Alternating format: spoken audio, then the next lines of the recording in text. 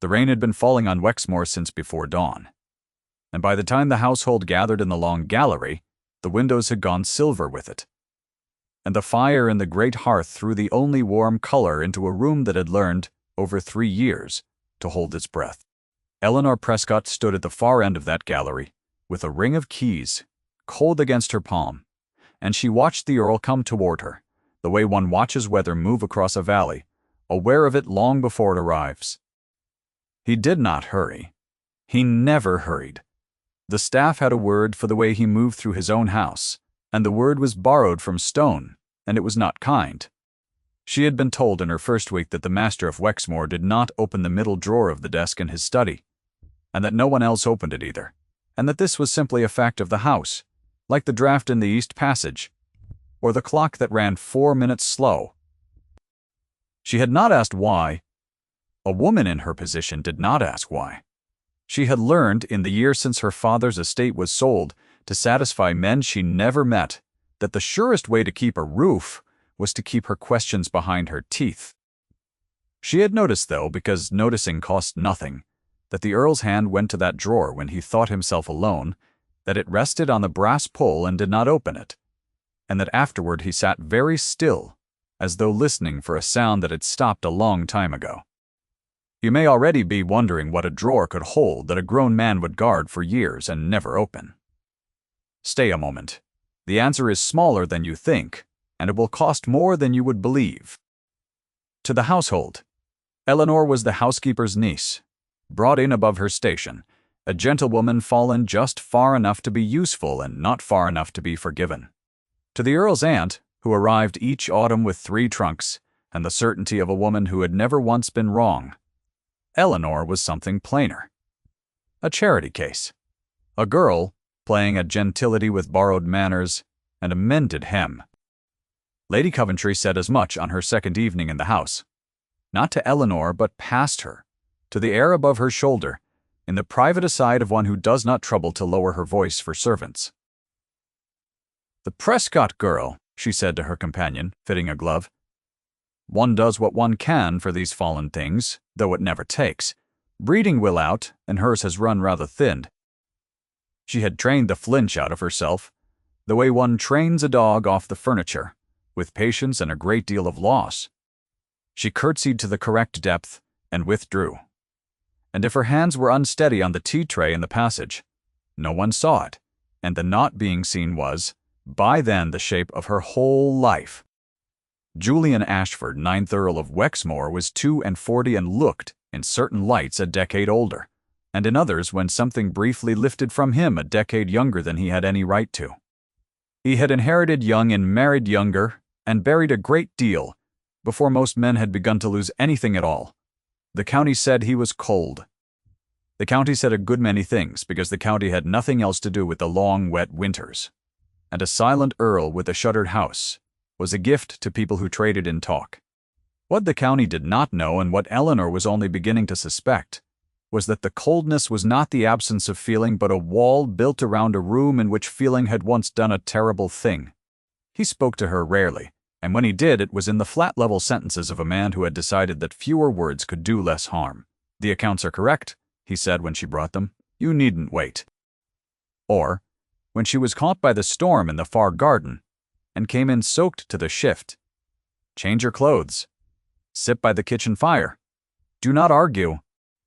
She had bristled at the last at being ordered like a child, and had gone and sat by the fire and been warm, and only later understood that the order had been the nearest thing to kindness. He knew how to hand across the distance he kept. It was a Tuesday in the 3rd week of November when Eleanor first saw the ribbon. She had been sent to the study to find a lease the Earl believed misfiled, and he had been called away to the stables by a lamed horse, and the middle drawer, which was never open, was open, not far. An inch, perhaps. He had gone in a hurry, and forgotten to turn the small brass key that always lived. She, now understood, on the ring at his own waist and not on hers. She should have closed it. Every rule she had built her survival upon told her to close it and say nothing. Instead, she stood in the gray November light, with the rain against the glass, and she looked, because she was human, and because a locked thing in a house of silence is a question the house is asking, and she had spent a year not answering questions. Inside the drawer, on a folded square of plain linen, lay a ribbon. It was blue. Not the fashionable blue of a lady's sash, but the cheaper, honester blue of a servant's Sunday best, faded now along one edge where a thumb had worried it thin. It was the sort of ribbon a housemaid might buy with a quarter's wages and wear to church and press between the pages of a borrowed book.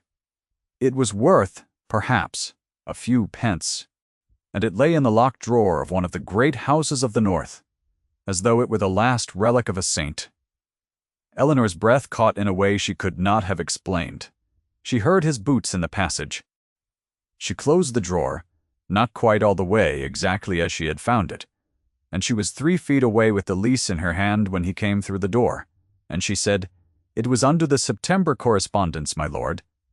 And her voice did not shake, and he took the paper and looked at her for one moment too long, and something in his face, some fraction of the wall, moved. That night, Eleanor lay in her narrow room under the eaves and listened to the rain and thought about a blue ribbon a man had locked away and could not bring himself to open. And she understood, with the particular clarity that comes at 2 in the morning, that she had just seen the thing the whole house was built around. The draft, the slow clock, the untouched drawer. Every silent house, she thought, is silent about something. She had not yet learned what. She only knew that a ribbon like that was not kept for love of a ribbon. The Earl had a nephew, or a sort of nephew, a young man named Mr. E. Charles Vane, who was Lady Coventry's grandson by her first marriage, and who stood by an arrangement of cousins and entails that Eleanor did not fully follow, to gain a great deal if the Earl died without an heir. Mr. Reggie S. Vane came often that season. He was handsome in the way of men who have been told so since boyhood. And he moved through Wexmore with the ease of a man measuring rooms he expected to own. He was kind to Eleanor in a manner that made her skin prickle, the kindness of a man who is kind to furniture he intends to keep. And he watched the Earl the way Eleanor had learned to watch weather, and she did not like what she saw gathering behind his pleasant face. It was Mr. Vane who first said the name to her, though he did not know he was giving her a key. They had been in the library where Eleanor was returning volumes, and he had come in on the pretext of finding a book he did not want. And he had leaned against the shelves and said, in the confiding tone of a man laying a trap disguised as gossip, "You've heard, I suppose, about the girl?" Eleanor had said she had heard nothing. "No," he said, pleased. "You wouldn't have, my great-aunt saw to that. It was before your time. A housemaid here. Turned off for theft. And rightly, though my uncle took it very hard. Harder than a man ought over a servant." He smiled. "Some say harder than was proper, you understand me." He let the insinuation hang in the air like smoke, and Eleanor understood him perfectly, and understood too that he was scattering this particular poison for a reason, and she said only, "I could not say, sir," and carried her books away, and her heart was beating in her throat, and she thought at once of the ribbon. She should have let it lie. She knew that. A wise woman in her position collected her wages and closed her ears and kept her narrow, warm room. Yet Eleanor had watched a man's hand rest on a locked drawer and not open it, and she had seen a faded blue ribbon folded in linen like a body laid out, and something in her that a year of losses had not managed to kill wanted fiercely to know the truth of it. Not for advantage. She had nothing to gain. She wanted it the way one wants to set right a picture hung crooked on a wall, because the wrongness of it was a small, constant pain, and she could not stop seeing it. The housekeeper, Mrs. Moll. Fenn had been at Wexmore 30 years, and she did not gossip, which in a great house made her nearly unique, and Eleanor had earned, over her months of service, something close to the older woman's trust. So one evening over the mending, Eleanor said carefully that Mr. Vane had spoken of a maid turned off some years past, and she watched Mrs. Fenn's needle stop. "Mr. Vane," said Mrs. Fenn, "should mind his tongue in this house." She did not look up. There was a girl. Mary, A good girl, sweeter than most and quicker than any, and the master was fond of her. Yes, but not in the way that young man's mouth would have you think. Fond the way you're fond of someone you're teaching to read when no one else will trouble. He lent her books. He heard her letters. The needle moved again slowly. And then a brooch went missing from her ladyship's things, and it was found in Mary's box, and her ladyship would hear no word in the girl's defense. And Mary was turned out into a January road with a character ruined and nowhere to go. Mrs. Fenn's mouth was a hard line. The master was away. When he came back and learned of it, he rode out himself to find her. He was too late. She folded the shirt in her lap with great precision. That is all I will say. And you will say nothing at all, do you hear me? Or you'll do that poor child's memory no good, and yourself a great deal of harm. Eleanor said nothing. That night, though she understood the drawer, a brooch in a box, a girl on a January road, a ribbon a man could not open, because to open, it was to stand again in the moment he had come home too late. What she did not understand yet, what she could not have known, was that the brooch had never been stolen at all. The season turned toward Christmas, and Lady Coventry's hold on the house tightened the way frost tightens on glass, and her purpose, which Eleanor now watched with clearer eyes, was plain enough. She meant to see her grandson made the Earl's heir-in-law as well as in expectation, and to that end she needed the Earl compliant, or discredited, or both. The old scandal of the maid was a tool she kept sharpened.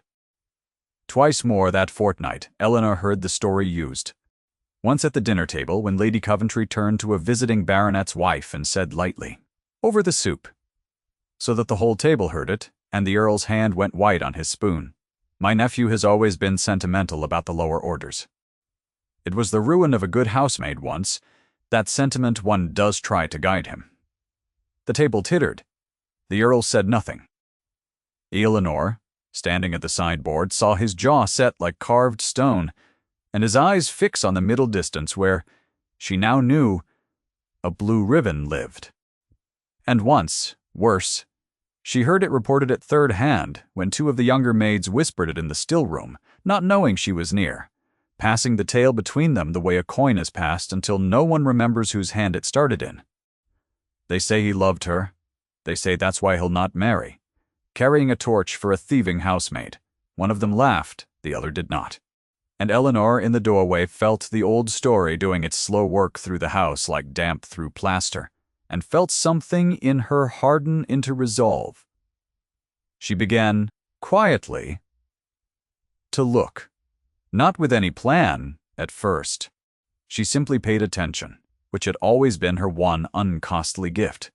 She learned that Lady Coventry had dismissed her own lady's maid the same week Mary was turned off, and that the woman, a sharp person named Sutton, had left the county under a cloud of her own.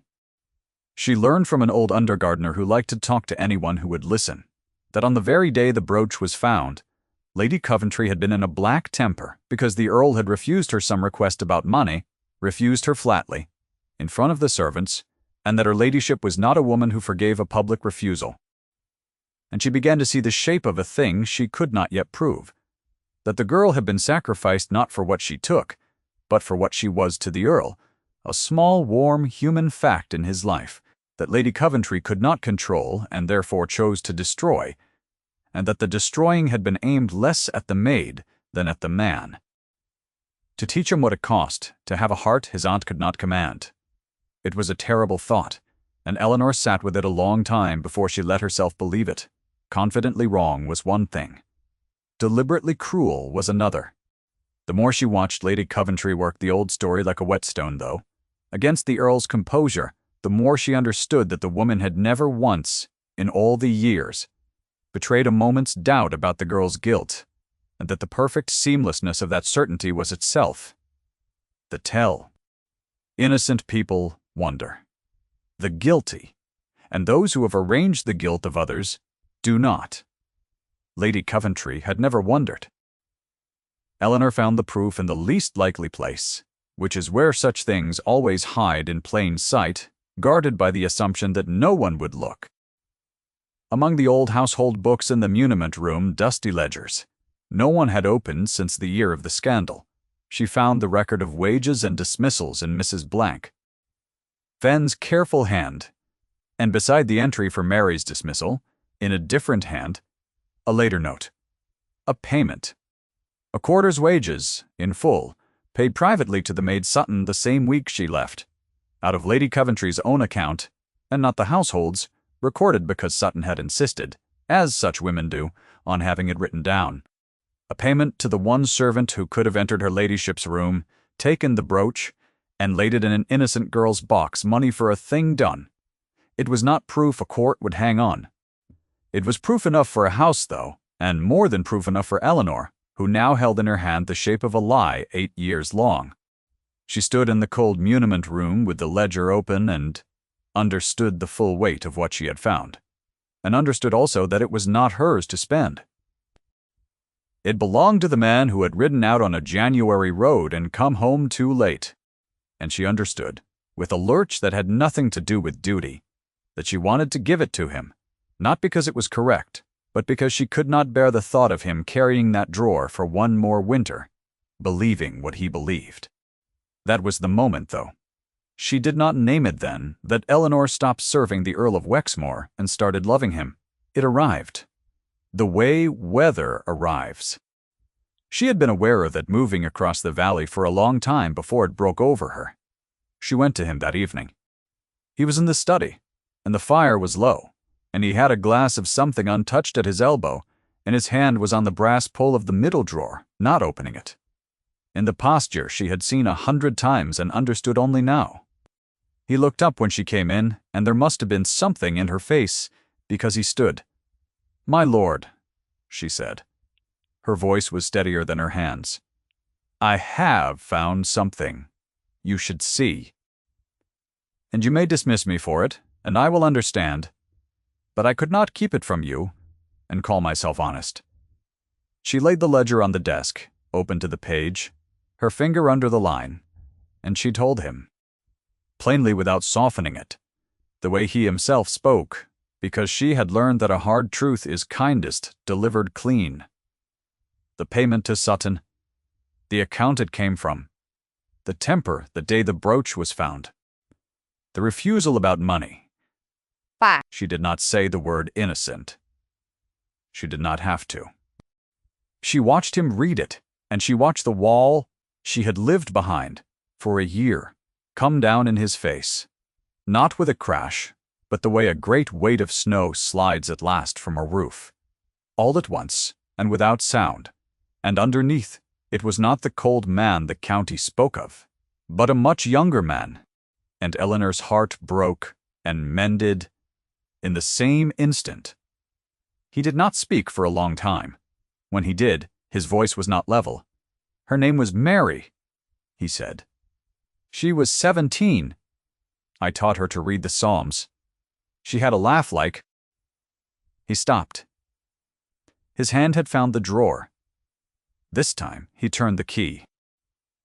He drew out the folded linen and opened it, and the blue ribbon lay in the firelight between them, faded along its worried edge, and he touched it with one finger the way a man touches the face of someone sleeping. She left this behind when they turned her out, in her hurry. It was on the floor of the passage. I have kept it because it was the only thing of hers I could keep, and because every time I looked at it I could tell myself the truth, which was that I had failed her. His eyes came up to Eleanor's, and they were wet, and unashamed of it. And now you tell me the truth was worse and better both. That I did not fail her, that she was murdered by a lie, in this house, under my roof, and I never saw it. You could not have seen it, Eleanor said. You were meant not to see it. That was the whole of the cruelty. He looked at her then as though seeing her fully for the first time, the fallen gentlewoman with the mended hem, who had spent a year making herself small enough to survive, and who had just made herself very large indeed at every risk to the small, safe life she had built.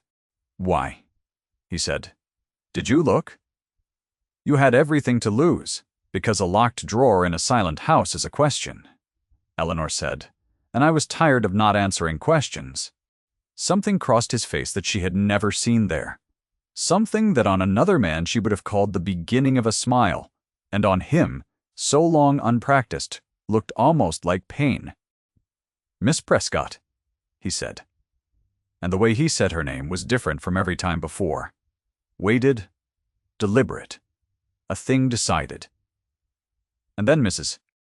Fenn's step sounded in the passage, and the moment folded itself away, and Eleanor withdrew, and neither of them had touched the other. And she carried the untouched nearness up to her narrow room like a coal cupped in both hands. The days after were strange and charged. The Earl was a man rearranging a life around a truth he had been given, and Eleanor watched him move through the house like someone learning to walk again on a leg long broken and newly set. He was gentler. He was also in a way that frightened her. A little more dangerous because a man who has learned he was lied to for 8 years is a man with a reckoning to make, and Lady Coventry was still under his roof, and Christmas was coming, and the whole county would gather at Wexmore for the Yuletide ball, as it did every year. The one night, the shuttered house threw open its doors. Eleanor knew and dreaded what was building. She found him one afternoon in the long gallery, standing at the window where the rain had given way at last to the first hard snow, and she went to him because she could not help it, and she said quietly, "You mean to expose her?" "At the ball before them all. I mean to give Mary back her name," he said.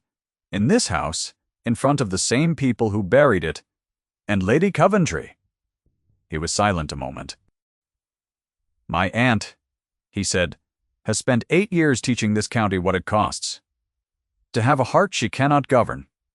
I do not intend to teach her cruelty in return. I intend to take from her the one thing she has always trusted, which is that no one will ever say the true thing aloud in a room that matters." He turned from the window. "That is all. It is enough." Eleanor's breath had gone shallow, and it was not from fear. He was standing very close.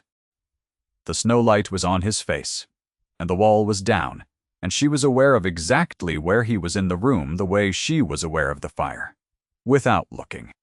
His hand rose, and for one long suspended moment, she thought he would touch her, his fingers hovering an inch from her jaw, close enough that she felt the warmth of them, and neither of them breathed, and the whole silent house seemed to lean in around that inch of charged air. He did not close it. He let his hand fall. His eyes, though, did not leave her, and when he spoke his voice was low and rough with something held hard in check. "When this is done," he said, "there is a thing I mean to say to you, not now. It would not be fair, now when you are in my service and I am asking so much of you.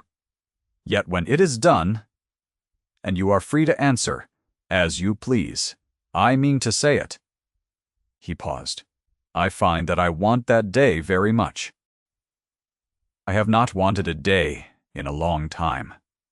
Eleanor could not speak. She inclined her head, because it was all she could do, and she withdrew before her face could tell him everything. Her tongue could not, and behind her she heard him let out a breath he seemed to have been holding for 8 years. "You have waited a long while for the room to turn. It is nearly time. Stay close through the cold part that comes first.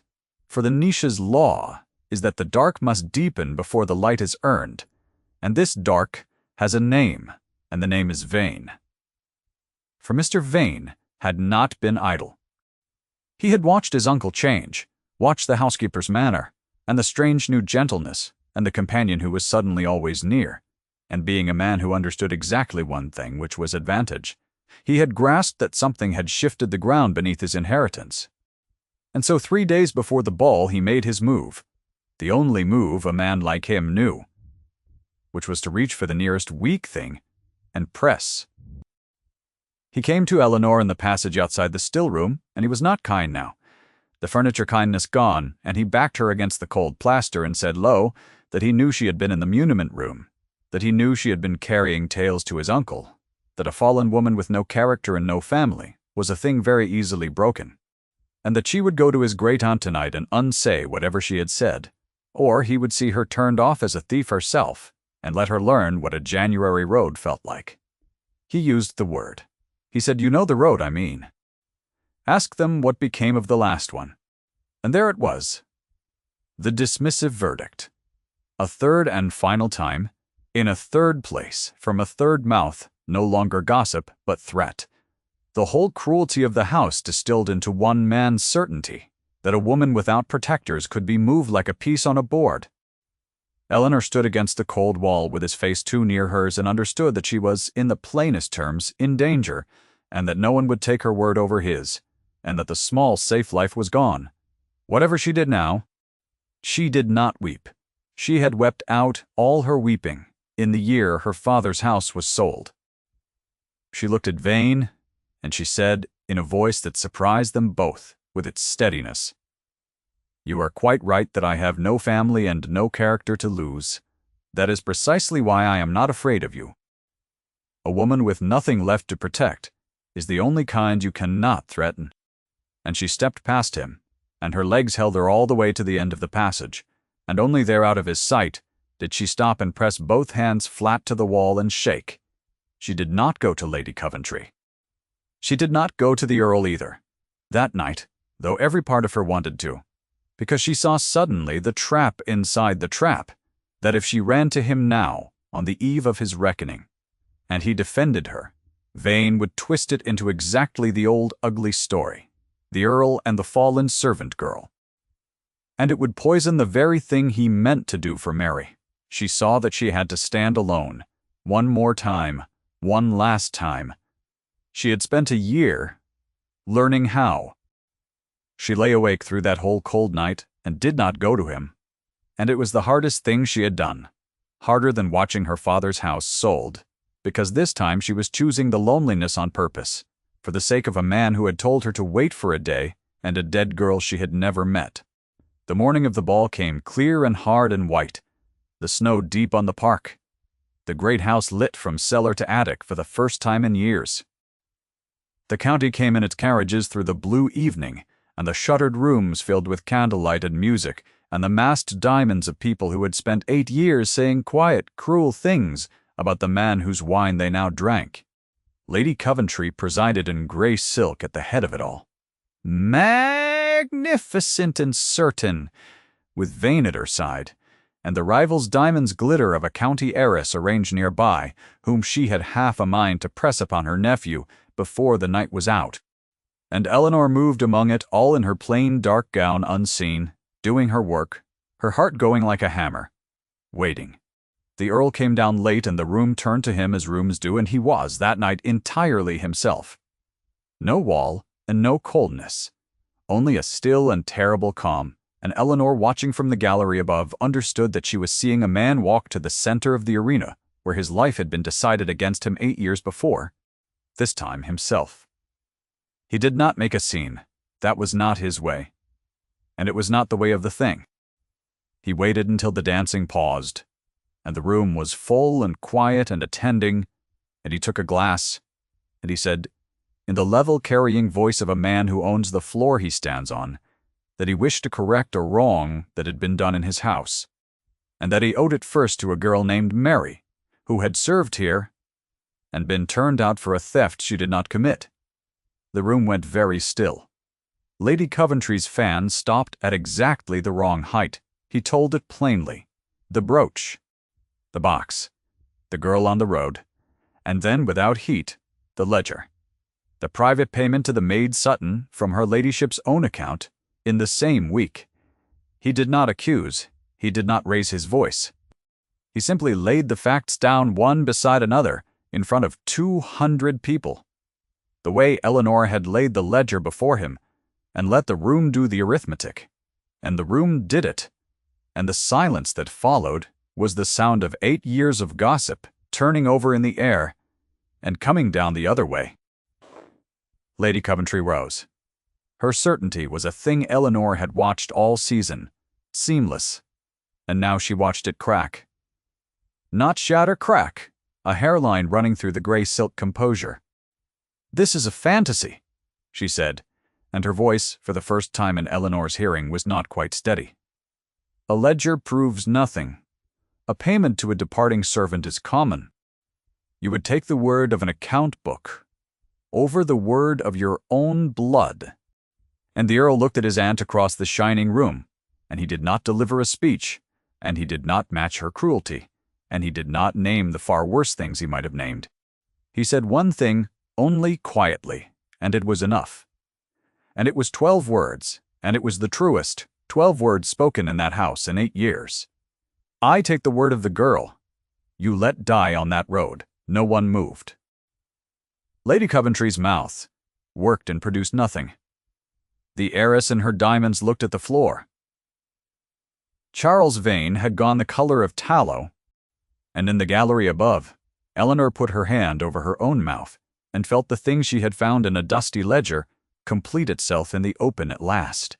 The crooked picture set straight, the whole house exhaling, and she understood that she was weeping, and did not care. It was over quickly. After that, the way such things are once the room has turned. Lady Coventry did not rage. Rage would have needed an audience still willing to grant her the floor, and the floor was gone. She gathered her certainty around her like a shawl that no longer fit, and she withdrew. And within the week she and her grandson had removed from Wexmoor and did not return, and the Earl, true to his word, took from her only the one thing, the assumption that no one would ever say the true thing aloud. He pressed no charge. He ruined no one.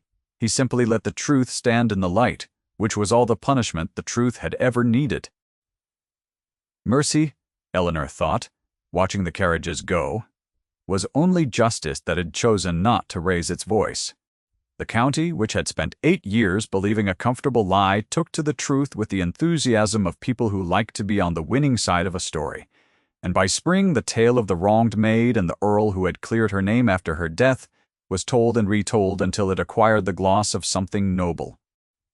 And if the tellers glossed over their own 8 years of tittering, well, that was the county.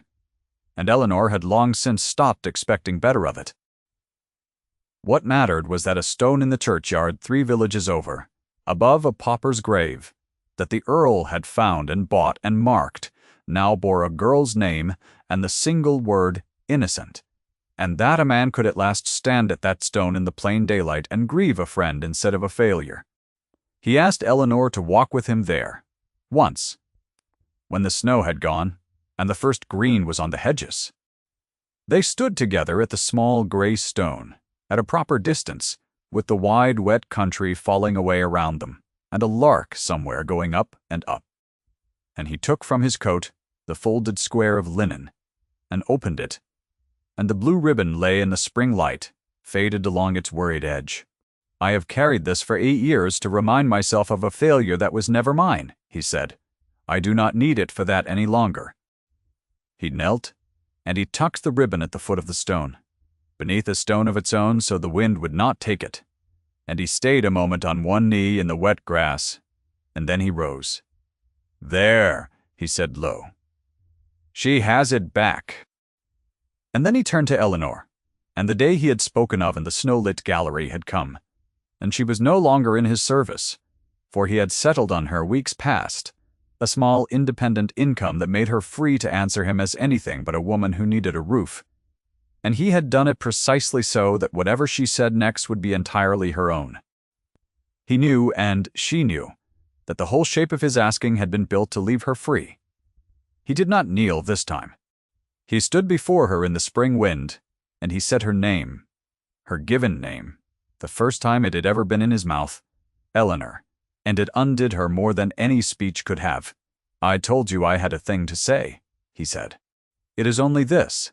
You looked when no one else would. You answered the question. This house had been afraid to ask for 8 years. At every cost to yourself, for nothing you stood to gain. I have lived a long time behind a wall, and you did not knock, and you did not wait to be let in. You simply found the one door that was open an inch, and you looked, and everything I had buried you carried up into the light. I do not want to spend the rest of my life on the correct side of a distance from you." His voice was not level now, not at all. "Marry me. Not the Earl. The man you found in the road. Marry him." Eleanor Prescott, who had trained the flinch out of herself and wept out all her weeping, and learned to stand alone so well that standing alone had nearly become the whole of her, felt every one of those hard-won defenses fall away at once, and she did not train them back because there was, for the first time in a very long time, no danger to defend against, only a man in a spring field asking her to stop being alone. "Yes," she said, and then, because she was still herself, and always would be, "though I ought to warn you, I will go on looking in your drawers. I find I cannot help it."